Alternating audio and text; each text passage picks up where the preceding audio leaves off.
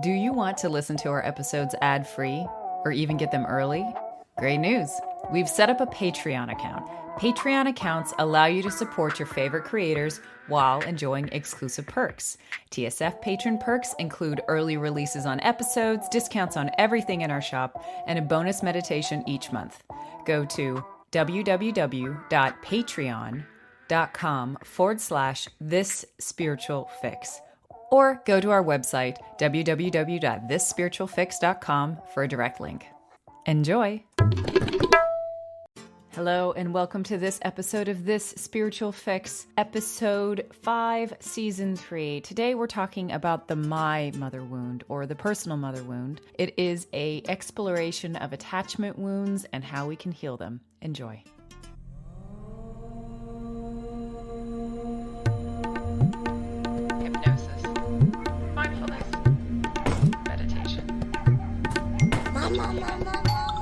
Past life regression. RPG. Spirituality. This Spiritual Fix. Two mystical mamas hacking the self-help game. With Anna Stromquist and Kristina Wiltsey. Good morning, Kristina. Good morning, Anna. We're together. We are. And we're ready to buckle in. I'm buckling myself in right now for this episode today. Yeah, this is going to be a hard one for Kristina. In our duo, we usually have parallel learnings and parallel... I don't know how to explain it, but like when we did the primal wounds, we were both in it. When we were working on the trauma triangles, we were both in it. But for the mother wound, you've dove into it, and I've just kind of been resting on the shores, watching you drown, and I'm just over here watching, waving. I'm actually convinced that you have been doing the work, but you've been doing the work on the great mother wound, right? Which we'll get into here when I explain things about there's kind of two levels of the mother wound. And I've just still been dealing with the personal story, you know, because it has been a massive part of my identity for most of my life. These stories that I've told myself over and over again about these things and the experiences that I've had and the kind of personality that I've formed as a result of this stuff. And that's okay, you know, like it's okay that like, I feel like you did a lot of the work in the primal wounds. And I think that for me, I did work in the primal wounds for sure. But then like, I needed this level of it, which was, it's more specific. It's like the second degree, whereas like the primal wounds are the primary degree, like the first step in the foundation. Like the mother wound is kind of a conglomerate of numerous different wounds. And I needed that specificity to be able to be like, oh shit, this is the way it is. So we're talking about the mother wound today, but first we wanted to talk about this concept of manifestation sounds on TikTok, of all things, because I have somehow found myself in the manifestation TikTok corner, which is not very intellectually stimulating. I'm not going to lie. Like, I'm really happy for the people who have put sounds in their drafts and they find money or they like get a job or whatever. And they're always just like, oh my God, you'll never believe it. Can we define first what this is? Because some people are not on TikTok. Yeah.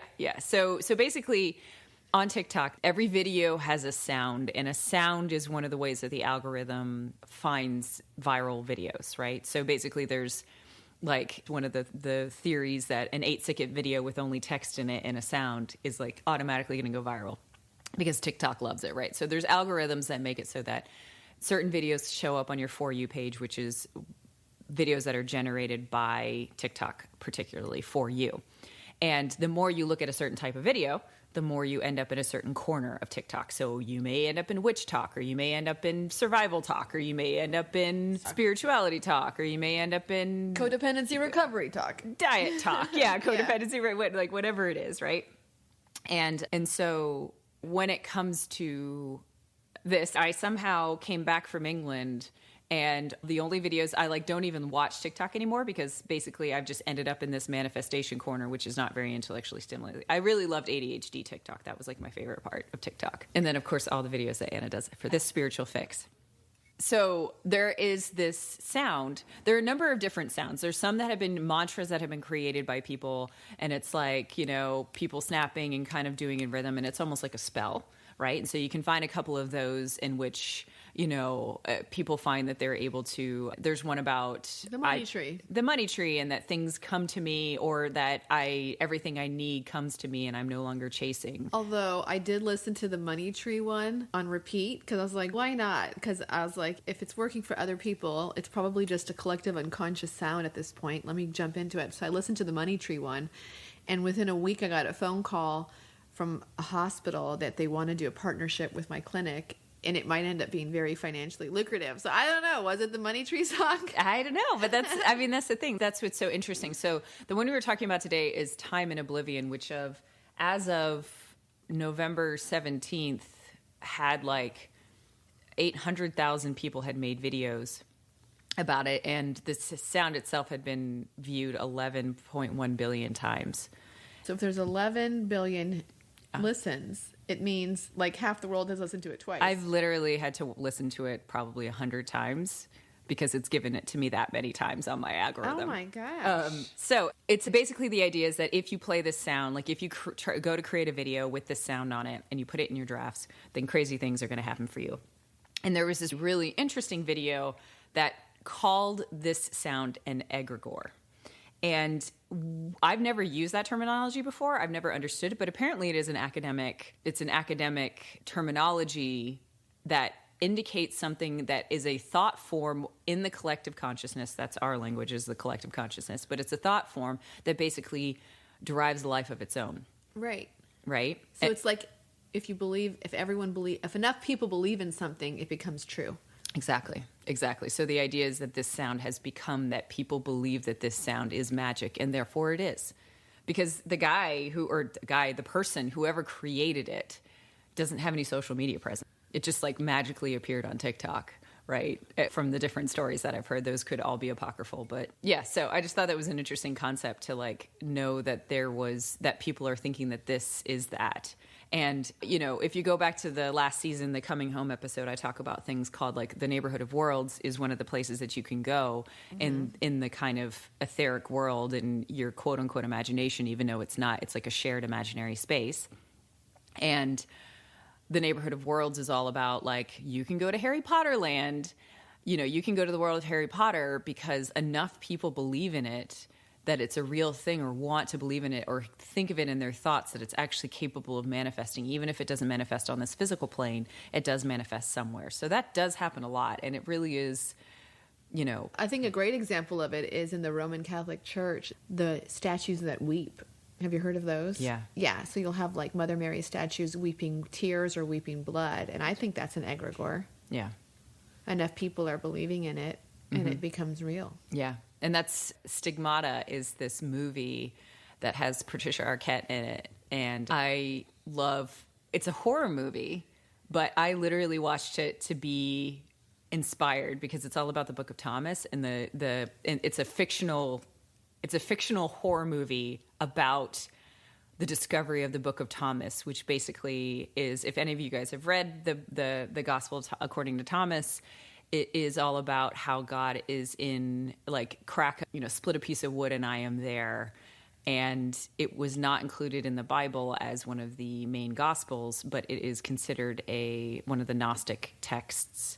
And Stigmata is literally a movie about a woman getting a rosary and getting possessed by a priest who got the stigmata. And the idea that the Catholic Church, in this movie, they basically said that the stigmata was that it was a belief so strong in your faith that people believed and had so much faith that they actually took on the wounds of Christ. I just thought of the most common egregore in all of history. What? Santa Claus. That's so true. My kids just saw Santa Claus yesterday, apparently. So that's awesome. The Easter Bunny, the Spirit of Christmas, the Grim Reaper, the Devil. You could even argue the crucifixion of Christ is an egregore, and everyone wearing the necklace with the crucifix on it are feeding into the egregore of suffering. Yeah. And that wasn't necessarily Jesus' teaching. Or faith or sacrifice, right? Like sacrifice for you. Like I think that, like I did a food kitchen. I think we gave out like 1,400 meals at a food kitchen. I did it this week because ever since getting COVID, I've just like... You want to spread it to as many people as possible? No. I want to spread my love and support of people and make it so that people feel... I don't know, I've just like, something's shifted in me significantly, and my altruistic bone has finally come out. I think as I've come out of the mother wound, right, which we're going to talk about today, but that kind of survival mode. So Santa Claus is real because so many people believe in it. Yeah. Sorry, I just really realizing that. So Yeah. when my children ask me if Santa is real, so far I've said some people believe in, some don't. Now I'm just going to tell them it's an egregore. Yeah. Yeah. And I mean, and that's the thing, is that anyone can take on the egregore of Santa Claus. That's the fascinating thing about it, right? Is that like, as you evolve and grow up, and I kind of want to be careful, just as we're talking about this, everybody, if you have ears listening. Well, hopefully children are not listening to this episode on the mother wound. Right. We don't want to do that. But that, you know, I've heard people basically evolve Santa Claus from this egregore or this whatever that comes down the chimney and does this to actually, it's the spirit of Santa Claus that is possessed in everybody, this desire to give, and to give without, I mean, technically you have to be good, which is, you know, kind of its own control mechanism with parenting. But, you know, like, this idea of this altruistic giving that like, oh, it's the spirit of Christmas, and at Christmas you forgive people, at Christmas you give people stuff, like, you know, you give people stuff and you don't expect anything in return, and people give more to charity, and there's just like this outpouring of altruistic love and spirit, and that is actually the egregore of Santa Claus coming out, right? Is to be like that. It's not about the guy coming down the chimney. It's about that spirit of, this is the time of year in which I am allowed to be altruistic just because. Yeah. Yeah. All right, you ready for this shitstorm of a... I am. Can I just keep talking about Santa Claus, please? Kristina did not want to record this episode this morning, but... Yeah. But I just decided, we did a meditation, regression, trance, Sylvan mind control thing, and I was just like, nope, I gotta do it. I gotta do it. So the mother wound. All right. So the first thing I want to talk about the mother wound is that there are two levels of the mother wound, is what I have discovered. And you can think of it as like the high school, or why don't we think of it as like the college level shadow work and then post-grad shadow work, right? So the first level, the college level, is what I call the my mother wound, right? It is the personal story. It is the experience of how you experienced your mother in this current life. And this has a lot to do with attachment, which is what we're going to get into in this episode. And I'm basing a lot of this on the book by Kelly McDaniel called Mother Hunger, the subtitle of which is How Adult Daughters Can Understand and Heal from Lost Nurturance, Protection, and Guidance. But it also comes from a lot of my own work that I've done with channeling and figuring out what the mother wound means to me, based on the work that we've done on the primal wounds, based on the work that we've done on the drama triangle, etc. So very much the my mother wound is the personal story of healing from what you may or may not have received from your mother in this lifetime.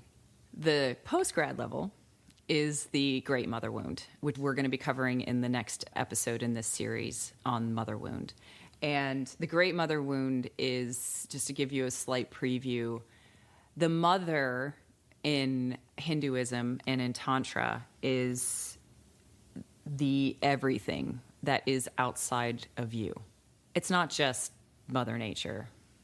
It's everything. It's literally, it's all the emotions that come out of your body. Like, it's the energy that exists outside of you. So it's the chair, it's the blanket, it's the microphone, it's the tea, it's the person, it's the other person, it's the whatever. It's basically everything. It's your body. It's everything that exists outside of your mind is the product of the mother. And we're going to talk in that episode about how the great mother wound is effectively this idea that the mother is indiscriminate. She doesn't discriminate between evil and good. She doesn't judge anything. It's all just energy to her. And that can form a lot of fear, and it can form a lot of anger, and it can form a lot of different things, because we want to be taken care of by the great deity of external, of our bodies, of our things like that. So it's like, some people attribute the death of people to like, why did God take this away from me? And my theory, and from the research I've done and my experience channeling it, is that anger isn't actually directed at the Father God. It's actually directed at the Mother God. Why did you take this away from me, great mother, right? And so that's kind of a prelude to what is the post-grad level of this wound. But today we're going to talk about the personal level, the really deep turmoil that a lot of people experience when they form insecure attachment with their mothers. Mm-hmm. And so the stats on that, and I believe this is just for the United States, but I've heard it for a bigger group, and I can't cite the study. But the stats are that only 50% of the people in the United States are securely attached to their mother, or have secure attachment. And then the rest form a whole slew of other forms of attachment. So the mother wound directly relates to this idea of having a form of loss, protection, nurturance, or guidance at some point in your life, which has formed a form of insecure attachment, which, Anna, would you like to talk about the different forms of attachment? Yeah. What were you just saying real quick about, you said it was Protection, nurturance, and guidance. Okay, so if the mother figure is not providing one of those things at one point in your life, whether it's obviously a lot of the stuff happens very young, but guidance, for instance, doesn't necessarily happen young. So this is a continuation that happens from birth to, adolescence, in which you have a figure, a parental figure. Though in this book, Mother Hunger, she actually talks about how biological mothers are actually, there's a lot of evidence that says that it is actually biological mothers, even in people who are adopted. And if you go on adoption TikTok, you can actually hear a lot of that. But that it is that mother hunger or forms of attachment, insecure attachment, are actually directly related to biological mothers and their impact on you. And that there is a hard wiring in our system. And this may be controversial for some people hearing this, because I know that there are all different forms of family. And there's obviously surrogacy, and there's all these different things. This research doesn't cover any of that. So I'm going to have to say that, that the research that exists that she brings up in this book is about biological mother and your attachment to your biological mother. Okay. So there's 4 different types of attachment. You have your secure, and then the 3 types of insecure. Mm-hmm. So first of all, if you have secure attachment, it doesn't mean that you're not without relationship problems, that there's not conflict that's going to arise. But they're different than other relationships in that when you have a secure attachment, you usually feel secure enough to take responsibility for your own problems. You don't try to throw it all on the partner. You try to seek support and help when you fuck up, and you own your issues. You appreciate your own self-worth. You're willing to be intimate. You don't try to escape from intimacy. You don't try to play all these mind games to avoid intimacy. You find satisfaction in yourself and others. You're happy and supportive of your partner, and you can maintain emotional balance. So then let's go into insecure attachments. For those, there's 3. There is ambivalent or anxious attachment. There's avoidant or dismissive attachment. And then there's disorganized attachment. Okay, so people with an anxious attachment tend to be, quote, overly needy, and they often lack self-esteem, they're very uncertain, and they're very anxious and crave emotional intimacy. Now, if you're going through this lens of the primal wounds, you could say that anxious attachment is probably the abandonment wound, because the anxious attachment is all about, I'm so scared you're going to leave me. Please don't leave me. I seek intimacy, but I'm terrified of it. Therefore, I'm going to purposely choose people who are unavailable, but I get to play the game that I am available and excited about love because I'm looking like I'm pursuing it, but secretly or covertly, I am avoiding it. They're actually avoidance in disguise as anxious, because they're actually purposely creating a situation where they're not going to get intimacy, but they get to play the game of, I want intimacy. It's just that, she's a workaholic, or I want intimacy, but he's in prison, or he's long distance, or he's married, So they create these structures in which they're going to create anxiety, and they get to avoid intimacy under the guise of, wanting it. Yeah. So some characteristics of that is you want to be in a relationship and crave closeness and intimacy, but you don't feel that you can actually trust or rely on your partner, or your partner is unavailable in some way, whether it be addiction, workaholism, or distance, or the quintessential one is prison, or they're married, like a woman or a man. But it's typically, I hate to say this, I've noticed it more in women, if they typically are dating or going after men who are in relationships, probably that's anxious attachment.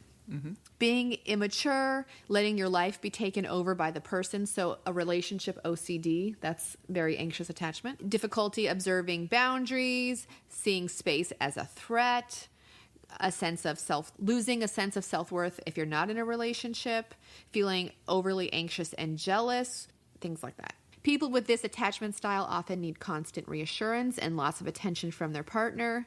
And a lot of people will tell them, you're a little too much, you're a little too clingy, you're too needy. Like even friends might say, hey, yo, you need to stop texting me so much. That's another one. Then you have the avoidant or dismissive attachment style. And this, I would say, is usually coming from the primal wound of rejection or betrayal. Because with betrayal, there's an intense need to control. And so avoidants are trying to control the situation by creating space and creating excessive boundaries. And you could also say it's the rejection wound, because the rejection wound in turn is the escape artist and pulls away. And one thing to notice is that just like the anxious attachment is an avoidant in disguise, the avoidant is an anxious in disguise. The avoidant attachment actually is extremely anxiously wanting intimacy, but it overwhelms them and they fear it, so they pull away. So they're kind of like opposite sides of the same coin. They're like a tango. And usually they find each other. So some examples of an avoidant attachment: you're overly independent, you care for yourself, you feel you don't need others.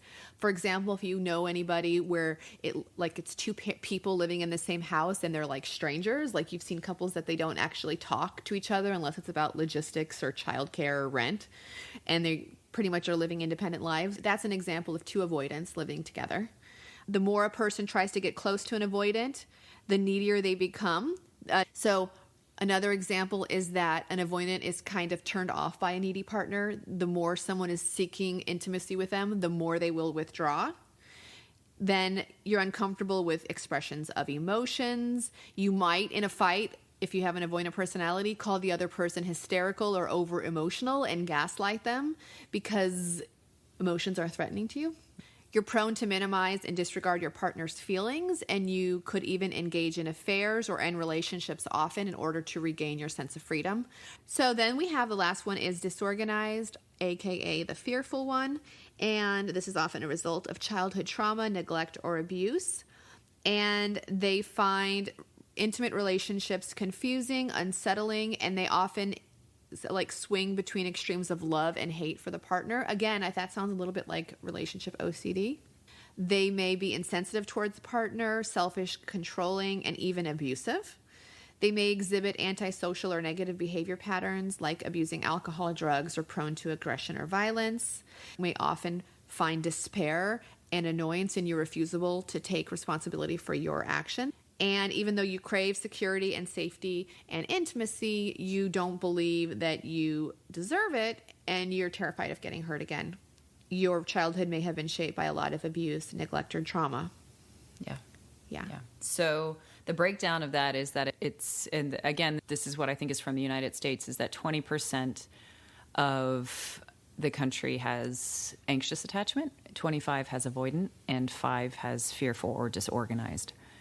So if you're listening to this and this resonates with you and you haven't heard anything about the attachment styles before, then maybe you have one of these things. So one thing I want to talk about real quick about the attachment styles is love bombing. So we've all heard about love bombing, which is like when someone comes on really strong and they are overwhelmed with promises and intensity. Oh, you're the perfect this for me, you're the perfect that for me. And there's a lot of too much too soon, love bombing.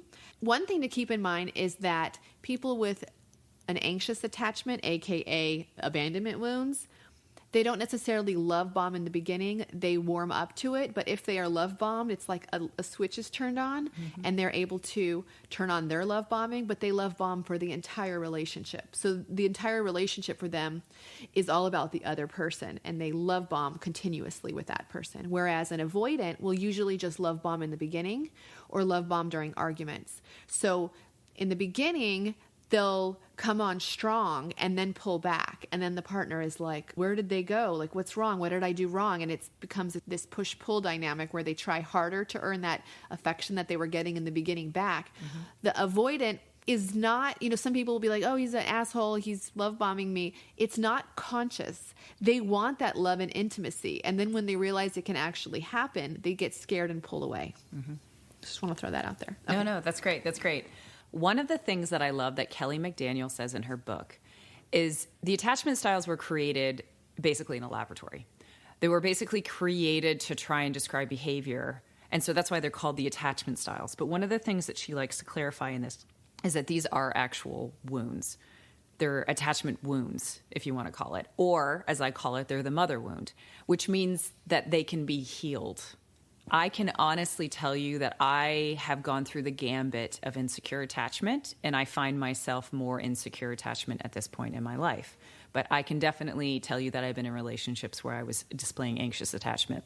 Mm-hmm. I can definitely tell you that I've been in relationships where I was displaying avoidant attachment. I would say that I probably started in anxious, went to fearful, went to avoidant, and now I find myself in secure attachment. It helps that my partner helps meet me in that place as well. Because like we say, the tuning fork is that if you have the potential or if you have some sort of unhealed attachment wound, mother wound, then you are likely going to resonate if somebody else is displaying a similar thing. Or like you said, it may be an antagonist, like that person's avoidant, so you're playing anxious or something along those lines. So that's kind of the overview of what we're talking about here with the mother wound. And one of the things that Kelly McDaniel talks about in her book a lot is these three things, which is protection, nurturance, and guidance.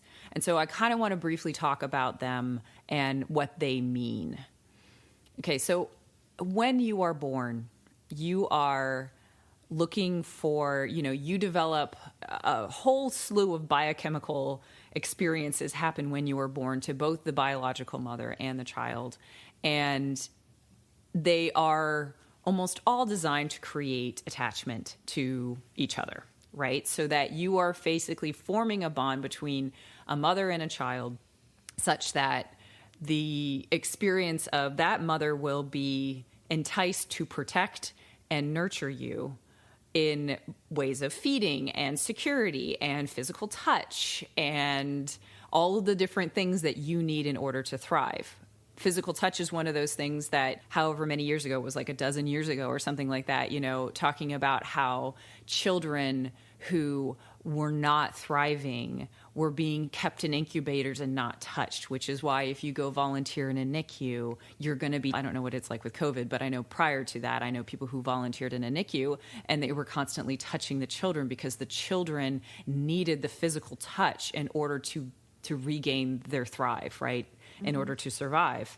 And if they weren't being touched, then that wasn't happening. So there are certain biological requirements that we have as infants in order to be able to survive, right? Mm-hmm. To survive through whatever. And I'm talking about emotionally, mentally, and physically develop all the different stages and go through all the different milestones in the way that you need to. So protection is an obvious one because you're protecting people from any kind of harm, from cold, from hunger, from starvation, from dangerous situations or dangerous people. Those are all the things that the care is tasked with doing for an infant because an infant cannot do it for itself. Nurturance, again, physical touch, love, affection, responding to an infant's needs when it needs it. But this goes beyond. A lot of these things, particularly protection and nurturance, happen in those early formative years in the first 2 years of life. But it also continues past that because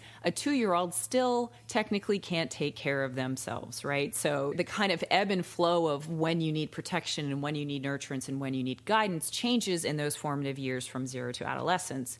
And as you start approaching adolescence and going into puberty, guidance becomes a much more important thing, right? How do you do the things that you need to do? How do you deal with, as a woman, going through puberty? How do you deal with the experience of getting a period for the first time? How do you deal with, not only the biological needs, but also the cultural norms? How do I perform in culture in a way that is socially acceptable? Because the prerogative of the biology of a woman, and I need to specify that I am talking very much in a binary system, and I apologize for that because I don't have the research currently, and I know that the research is going on for kind of for non-binary non-binary and transgender people, but I am obviously talking about cisgender women in this particular case going through adolescence, is that the need to find the way to socially conform so that you are finding the tribe of people, of women who are going to continue to guide you, are all necessarily parts of your developmental model. So that's kind of the overview of kind of protection, nurturance, and guidance. I would really recommend that you read this book by Kelly McDaniel. When we get to the end of this and we talk more about healing this wound, you will hear kind of how you are able to heal this wound by going back and providing yourself through regression or reparenting, by providing yourself protection, nurturance, and guidance in order to help heal if you have an insecure attachment, or if you have this wound and you're finding that it is very hard to attach to people. So you close the circuit by becoming your own nurturer, guide, and protector. Spoiler alert. The thing is that these wounds are inherited for the most part, right? Mothers who are not secure attachment cannot teach secure attachment easily unless they do this work to heal and create and close that circuit, right? So there are generations. Like I can tell you in my family, I have literally on my mother matriarchal side, matrilineal side, I have generations of broken mother-daughter relationships, right? And I recognize that my job in this life is to heal that for myself and my own daughter, because that's what I have control over. And for myself as my mother to basically rewrite the past. You know, what's interesting is I've done family constellation, which I don't know if anyone listening is familiar with, but family constellation is all about looking at the dynamics of the family and how they go back and this and that and this and that. And if you start to write it all down on paper, it is fascinating to see how dynamics will repeat themselves over time. For example, my mother died when I was 11. And then if you look at my mother's life, I don't know the details of her childhood, but when I look at her mother's life, her mother and father divorced when she was about 11, and she was sent to live with her father, and her sister went and lived with the mother. So she had, around the same age, had a break. And my guess is if you went back another generation, right around age 11, that mother also had some sort of break. And there's patterns. And like you experienced it with COVID, your mom died when you were 6, and then you got extremely ill with your 6-year-old. You know what I'm saying? She literally was 3 weeks older than I was when my mom died. Yeah. She left her father. My grandmother and my mother stole away from my mom's father, from my grandfather. When she was 6. Yeah. And I bet you if you go back even further, you see that these patterns repeat themselves. And sometimes it's lesser or greater intensities, but the patterns repeat. And I find that so fascinating. So I'm going to be try to do as much work as possible so that when my daughter turns 11, we don't have any schisms. Yeah. I'm going to go into a little bit of this. This is the part that I didn't want to say because, you know, I have a story that I have been telling my entire life. It has evolved with my understanding of the world, but I like to think of it as a quilt. Each block of the quilt is a different memory that I've formed that is completely convoluted by my memory, which is not that great, and by a need to create a very sturdy quilt. And the way that I'll explain that is like, if you have maladaptive attachment strategies, which is what is the official term for basically, if you have maladaptive behaviors as a result of an attachment strategy or a result of a mother, which I do, and this is one of the things that I'm shedding right now, you have a pattern of behavior that could be people-pleasing. It could be getting excessively angry when things don't go your way, or when you're in survival mode, or when you're not getting helped. And it's like every single one of your abandonment wounds is triggered, and it's like you're self-sabotaging all over the place. These are maladaptive behaviors that we develop in order to survive when we haven't been given what we need. I think of my maladaptive behaviors as a quilt, and the memories that I have of my abuse or my neglect or my relationships that were shit, I think of them as the thread that keeps all of these maladaptive behaviors together. And when it comes to I don't want to have the quilt anymore. I don't want that to be my identity. I want to take it off. I want to feel like it's okay to be cold and to walk around without the quilt, and that it's okay for me to be vulnerable, and it's okay for me to not have all of these trauma memories and all of these maladaptive behaviors protecting me from the world because I don't trust it. Because I don't trust it to take care of me. I'm ready to grow up. This is the next step after the drama triangle for me. The next step in the drama triangle is for me to be vulnerable to whatever and to not have to protect myself and not put on this fake personality, which is this quilt, in order to protect myself from the world because nobody protected me. So the story I'm telling is one that I am ready to release. Because it doesn't really matter. It's the past. It's an egregore in some ways. It's my egregore. It's your egregore, yeah. It really is, because it's something that it's kept together. And I've talked about this in the Dark Passenger episode from last season about Hermes and fake persona that I put on. But Hermes was just a part of that, right? It was just a part of this quilt, this tapestry of maladaptive behaviors and memories. And Hermes was what got me through it, was what made it so that I was charming or whatever. But Hermes was a sociopath because he needed to be. He was very transactional, and he is. But the basic story is that, you know, I was born into a family where I was created to try and save a marriage. And that doesn't ever work for anybody thinking of doing that. Having a kid does not save your marriage. Most of the time, if ever, because it's just a stressor, right? When I was just turned 2, she was diagnosed with breast cancer, and she had the reaction that you would imagine, which is, oh my God, I'm dying. I'm going to change my life and make myself happy. And so she divorced my dad, or separated from my dad like 6 months later. And then was a series of not custody battles, but kind of custody manipulation, in which she wanted to be with us, but she was never with us because she was ill. She was trying to make herself happy. She was trying to get through her shit. You know, she was trying to get through her trauma.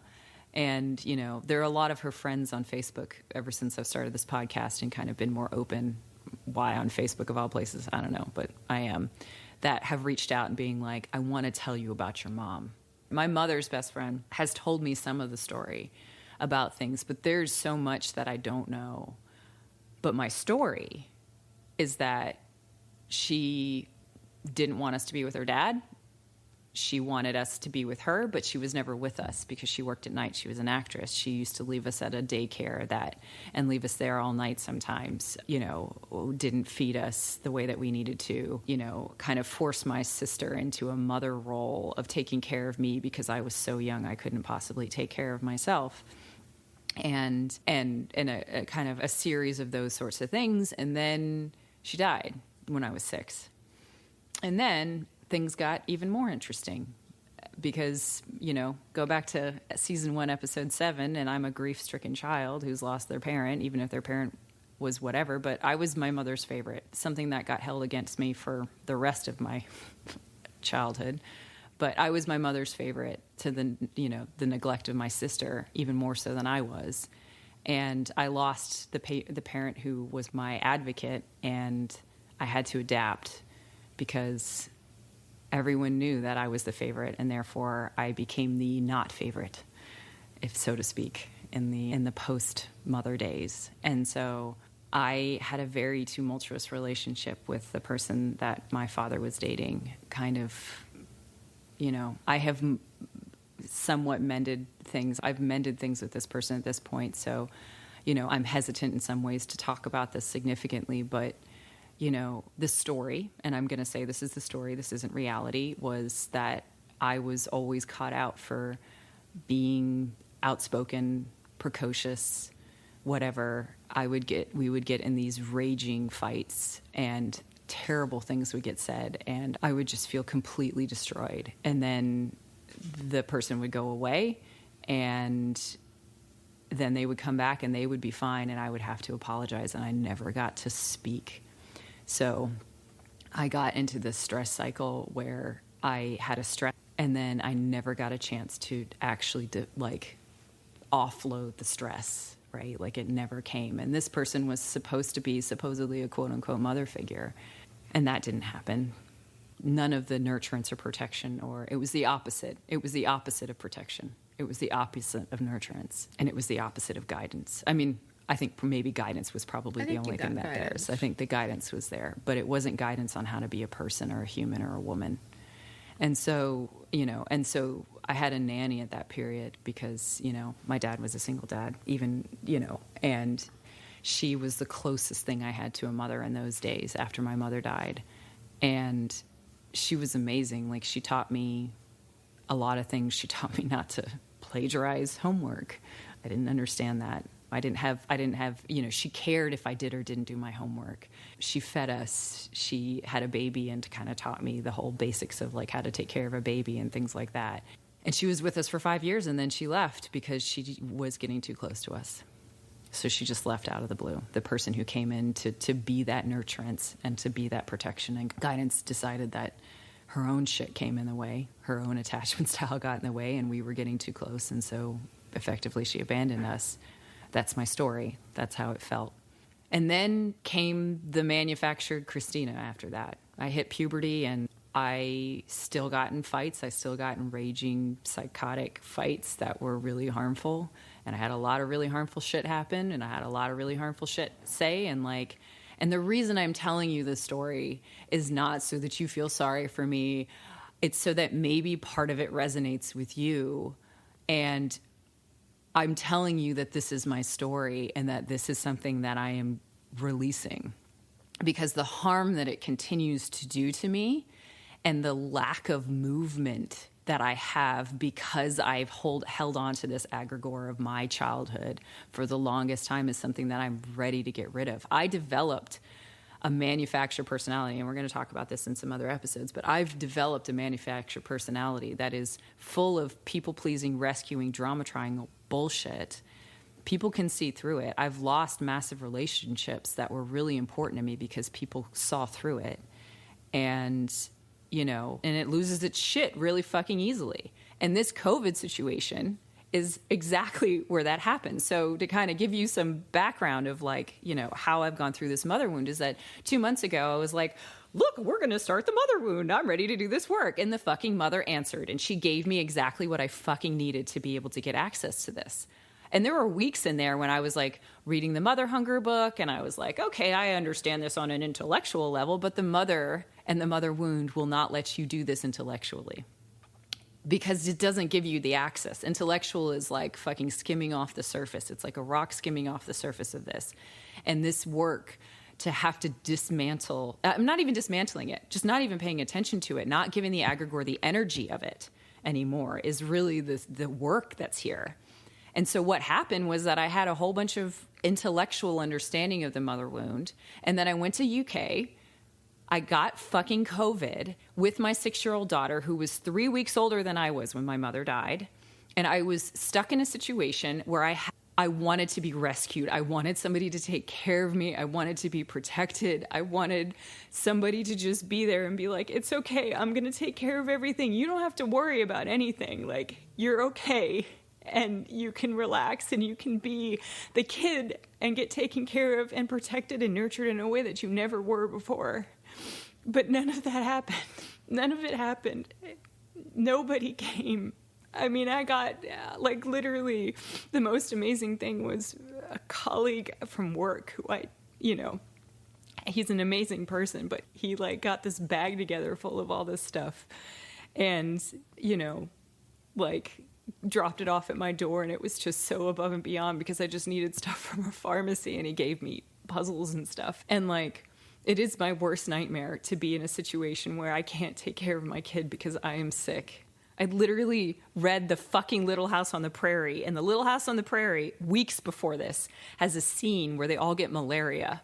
And the only reason that they survive, because all of them are so sick, none of them can take care of each other. Mm-hmm. And the only reason they survive is because a woman happens to go by and see that, something's off, and she just happens to, she's another one of the pioneers, and she happens to see that. And so she takes care of them. and she gives them like water because they literally can't even get water themselves. They're so sick, and they were literally all going to die, but it was just chance that she happened to be at it. And I literally, weeks before this COVID thing happened, I was like, that's my worst nightmare. I don't want that to happen. And the motherfucking answered by giving me a situation where I was sick with no physical support. And the thing is that Anna was absolutely fucking incredible during this time period. She helped me.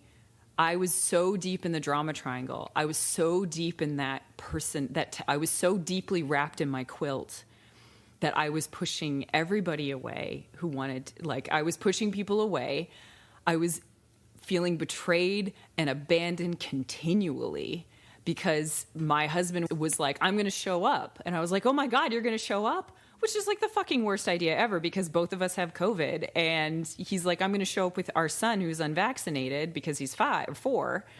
I'm going to show up and take care of you. And I was like, oh my God, that's it. I need to be rescued right now because I am the victim of this situation. Then you put your son at risk. So. And then you put your son at risk, which is the dumbest thing. I knew it was the dumbest thing ever, but then I felt completely betrayed when he decided, I literally thought he was on the way to the airport and he told me he's not coming. And I felt so betrayed. I felt like he had strung me along because it'd been the only thing, like in those first days of COVID, it had been the only thing that made me feel any bit of hope. It made me feel like I could get out of the anxiety and the panic attacks and all the things that were basically all of the maladaptive behaviors that I had ever experienced for the mother wound were coming up in me so deeply. And so you hear that bonus episode of ours, I am literally wrapped in that fucking blanket during that bonus episode. I may have had some moments of light in it, but you can hear it. And you can hear it even in the Krishna Das episode of like me coping and using this coping blanket and using this personality and using all the different things because it was like, that's what the mother gave me when I asked for the mother wound, was to go careening into this fucking personality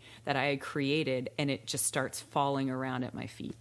So, you know, the end of the story is that it's not over. I'm still doing the work. I'm still experiencing it. And I'm also experiencing the great mother wound at the same time, but I'm healing the shit that I need to heal at the my mother wound level. I'm healing the fact that like I'm going back, and now that I have so much access to this, I'm going back and I'm experiencing the end of those stress cycles, the end of the cycles in which the stressor has been taken away, but I am still 100%, not 100%, I'm probably like 40% in stress mode. I can't handle change. Like I go into panic if I wake up and I'm in a kind of a wrong place or something hurts and I think whatever. Like I'm still in that space, but the stress is dissipating from the COVID experience. And with it comes the clarity of recognizing that I am ready to take off the quilt and be vulnerable. And also the work of doing the healing of the my mother wound.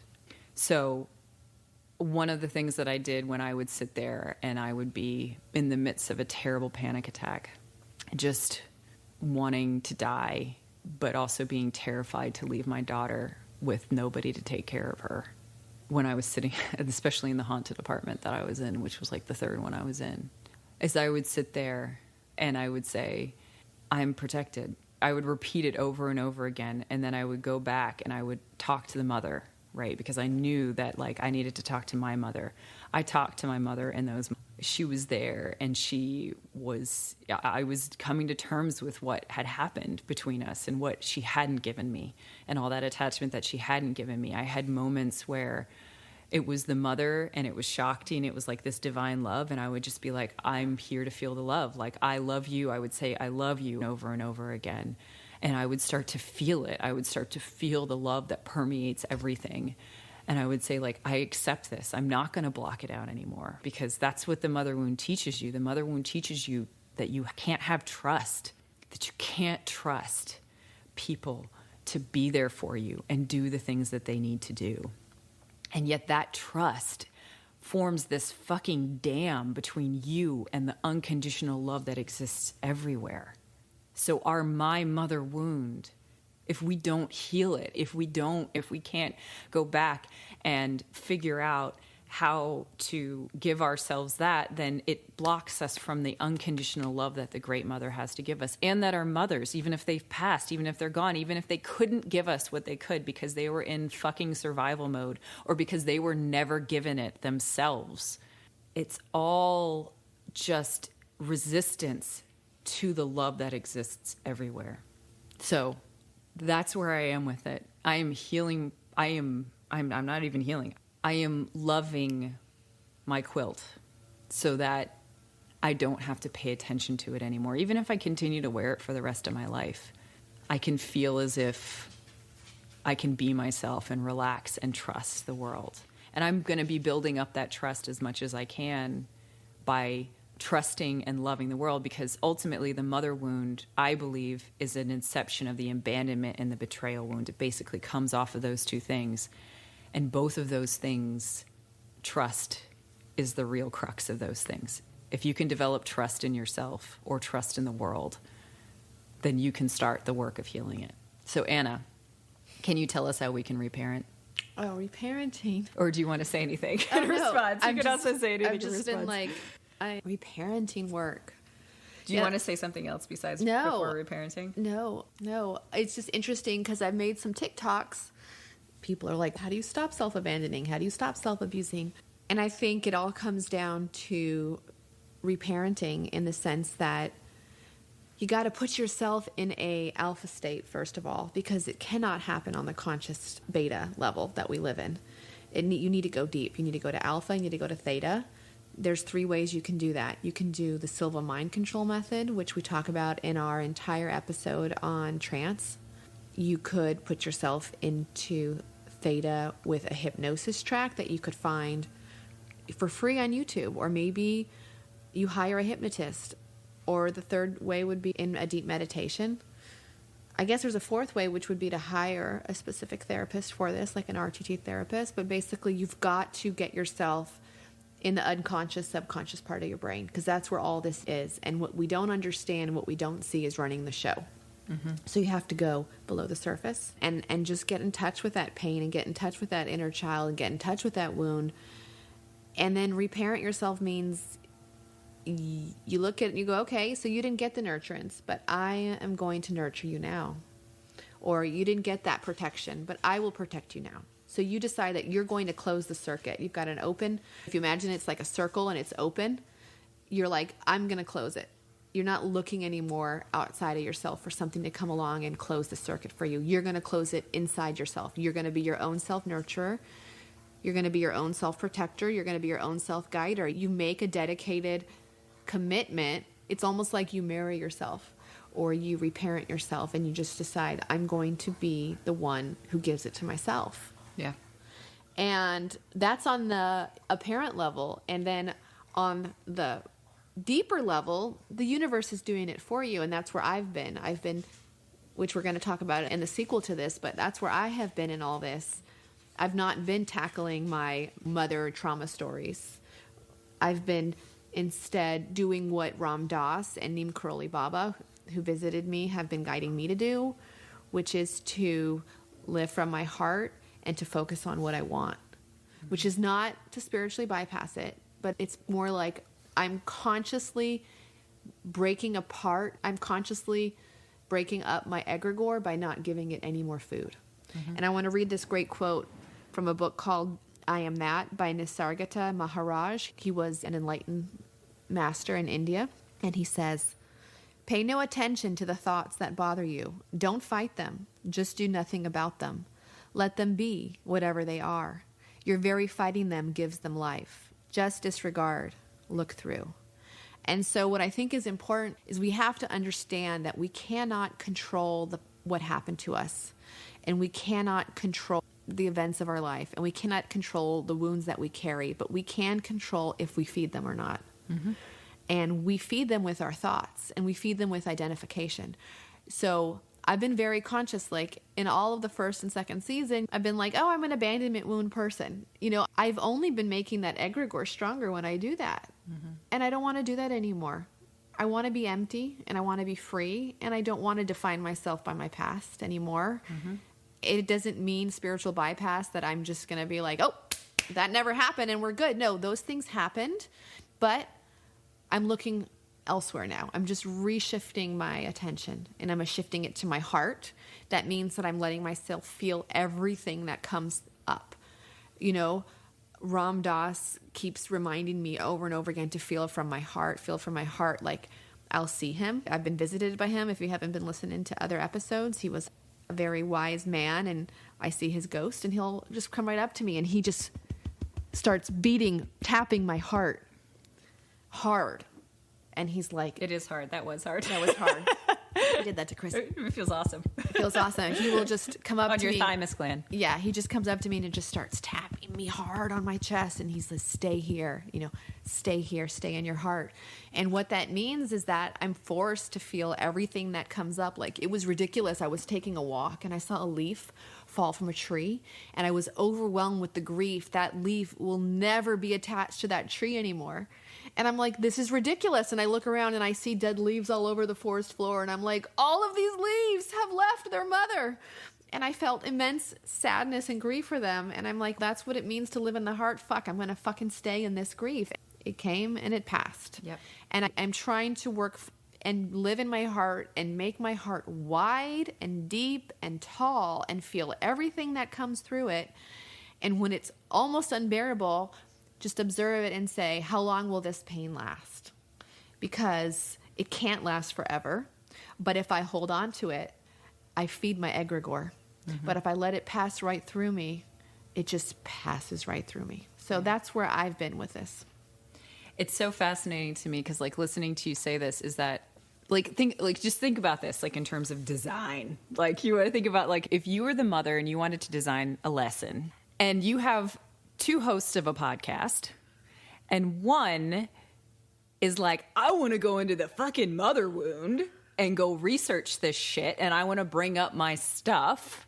You give them one lesson, and then you have another of the podcast hosts who's just like, I'm going to open my heart to love, right? Who you're like, I'm going to have my teachers come and talk to me about what I need to look at, and I'm going to open my heart as big as possible. I'm going to feel the grief that I'm going to feel. And it's like, in a lot of ways, there's a part of my quilt personality, my manufacturer personality, right? That's like, feels very unhappy with the fact that I had to go through, that I chose to go through this path. But then again, I'm also just like, actually, no, it's a really good destroyer of that ego, so to speak. But it's not destroying it. I'm not trying to say that. It's like when something has its jaws in you so much, sometimes it needs a big whack on the head, if you want to say what I'm saying, right? And I think in a lot of ways, me even telling you guys this story and revealing this weakness is something that part of me feels very uncomfortable with, because that part of me wants to pretend that I have everything under control.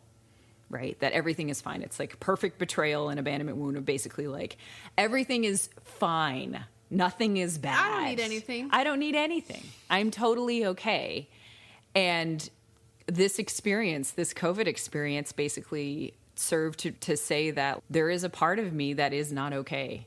And my job is to love that part even more. Mm-hmm. This isn't about destruction of that part. Like, I'm not going to destroy, but I might just put it away in the attic in a nice little, like, fold it up and put it in a little cedar check. Yeah, I mean, that's what I'm saying. Stop feeding it by stop looking at it every day or saying that it's done this or saying, oh my God, I have this behavior and I just did it and it really sucks. It's like, no, just look at the thing that you want.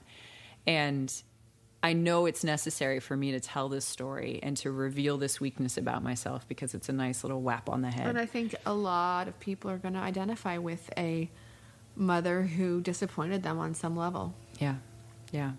You know, so you might not have the same level of intensity as I do with feeling alone and abandoned, being sick, not having what you need, any of those sorts of things. But if there is any part of you that resonates with any of the different attachment wounds, you know, I really recommend that you go back in a regression or something like that. And also really look at your trust and sensitivity. I'm going to say trust and sensitivity. I've noticed, and I've worked with a lot of people, I've done a lot of sessions with people, and what I've noticed is that, like, if you have a problem with being too sensitive or not sensitive enough, like you go between those kind of two extremes, like whether it's sexually, because we're going to talk about attachment styles with sex later in the season, whether it's sensitivity with sex, whether it's sensitivity with your emotions, like if you either have no emotions and you feel almost sociopathic part of the time, or if you're just like an empath and overly thing, there's a very good chance that you may be that you may have this experience of this mother wound, or that you may have something that has to do with the attachment wounds. So I would really encourage you, if you do resonate with this, to look at that. See if you have a sensitivity, kind of like a sensitivity, hypo sensitivity. See and ask yourself, do I trust not only other people, but do I trust myself? Right? Or are you experiencing these maladaptive behaviors and you don't trust yourself in situations? You don't trust yourself to go into different relationships and be able to do this. Ask yourself those questions. And if those are true, go back and recognize that protection, nurturance, and guidance are the things that you needed as a child, and provide them for yourself. Next week, we'll be finishing the series by talking about the great mother wound. If you like us, please share us with a friend. And remember, humility, gratitude, acceptance, done. Feeling anxiety about traveling? Then check out Treat, a travel, health, and wellness brand that offers planning, retail, health, and wellness services pre, during, and post-travel. The Treat mobile app is free to use, but the Treat membership offers annual benefits like a complimentary rapid PCR test and health wallet, plus unlimited access to on-demand chat care. Download the Treat Care mobile app and get a free 3-month membership using the code TREAT2021. Return to holiday travel safely and responsibly with Treat.com. With Treat membership, you'll be covered all year and have access to care, records, content, and retail all in one place. Download the Treat Care mobile app, available in Apple and Google Play app stores, and be well on your way. At Capella University, you're in control of your education. With the game-changing FlexPath format, you can set your own deadlines and move at your own pace. The faster you move, the more you save. Visit capella.edu to learn more.